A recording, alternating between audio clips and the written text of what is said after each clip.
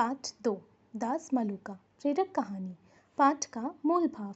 ये कहानी बालक मलूका दास की निडरता और हाजिर जवाबी को दर्शाती है। बालक मलूका कुशाग्र बुद्धि का था, इसीलिए उसने स्वयं को मुसीबत से बाहर निकाल लिया। सीखने के प्रतिफल, लर्निंग आउटकम्स। चारों कौशलों का विकास होना, निडरता के महत्व के बारे में जानना, मौखिक, बहुविकल्पीय, लिखित एवं मूल पारक प्रश्नों के उत्तर देना, किसने किससे कहा की जानकारी करना। बहुत समय पहले की बात है। सुंदरदास नाम का एक कंबल व्यापारी अपने बेटे के साथ प्रयाग के कड़ा नामक स्थान पर रहता था। उसके बेटे का नाम था मलूक दास। गांव में सभी उसे मलूका कहकर बुलाते थे। मलूका बचपन से ही बहुत कुशाग्र बुद्धि का बालक था। उसे विद्यालय में जो भी पाठ पढ़ाया जाता था वह उसे तुरंत याद कर लेता था। एक दिन मलूका के विद्यालय में छुट्टी थी। उसके पिताजी भी अपने व्यापार के काम से दूसरे शहर गए थे। वह सुबह से ही अपने मित्रों के साथ खेलने चला गया था। खेलते खेलते सभी बालक जंगल की ओर निकल गए। दोपहर का समय हुआ तो सभी को भूख लगने लगी। सभी मित्र वापस लौटने ही लगे थे कि सामने से घुड़सवारों का एक समूह आता हुआ दिखाई दिया। यह देखकर सभी बालक डर के मारे भागने लगे और बचते हुए सभी बालक तो वापस घर आ गए, लेकिन मलूका डर कर एक पेड़ पर चढ़ गया। अब वो वहां फंस गया था। घुड़सवार इतना पास आ गए थे कि वह ना तो नीचे उतर सकता था और ना ही वहां बैठे रहना चाहता था। वह सोचने लगा कि पता नहीं उसे कितने समय तक यहाँ बैठना पड़ेगा। सोचते सोचते ही उसने देखा कि घुड़सवार बिल्कुल पेड़ के समीप ही आ गए थे और वहां उनके चेहरे भी स्पष्ट दिखाई दे रहे थे। यह दल कुछ आसपास के गांवों के व्यापारियों का ही मालूम होता है। उन्होंने घोड़ों से उतरकर अपने अपने घोड़ों की रस्सियां निकट के वृक्षों में तनों से बांधी और मलूका वाले पेड़ के नीचे ही जमीन पर अपना बिस्तर बिछा लिया। उन्होंने अपने अपने भोजन खोलकर बिस्तर पर रख लिया और वह सब भोजन करने बैठ गए। तभी कहीं से उन्हें शेर की दहाड़ सुनाई दी।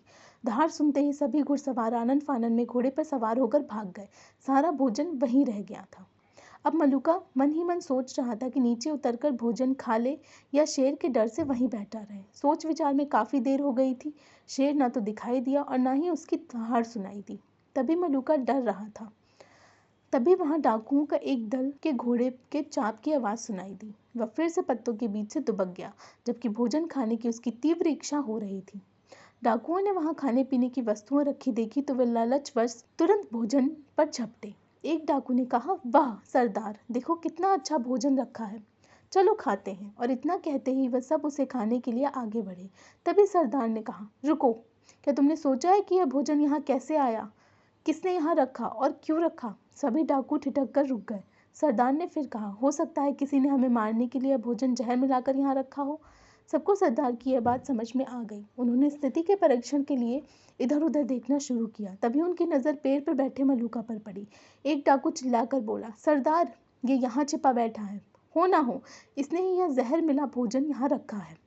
सरदार ने जोर से उससे कहा, नीचे उतरो वरना अभी मजा चखाते हैं। नहीं नहीं, हमने यह भोजन यहाँ नहीं रखा, पर आप चाहते हैं तो हम चखकर बता देंगे कि भोजन जहरीला है या नहीं, मलूका ने कहा।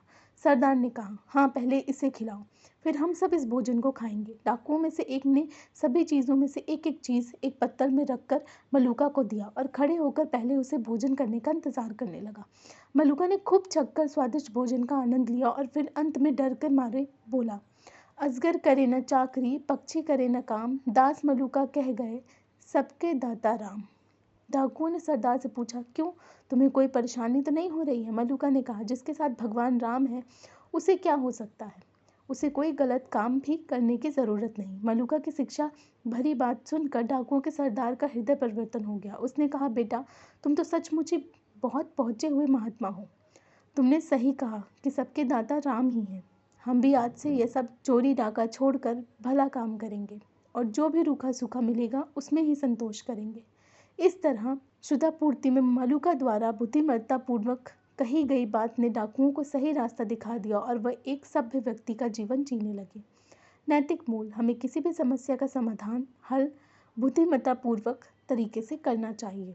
शब्दार्थ का ज्ञान, कुशाग्र, तीक्ष्ण, घुड़सवार, घोड़ों की सवारी करने वाले लोग, आनन फानन, जल्दी से, चाप, घोड़े के पैरों की आवाज़, परीक्षण, जांच परख, पत्तल, पत्तों से बनी थाली, छक्कर, पेट भरकर, चाकरी, नौकरी, पक्षी, चिड़िया, शुद्धापूर्ति, भूख मिटाना।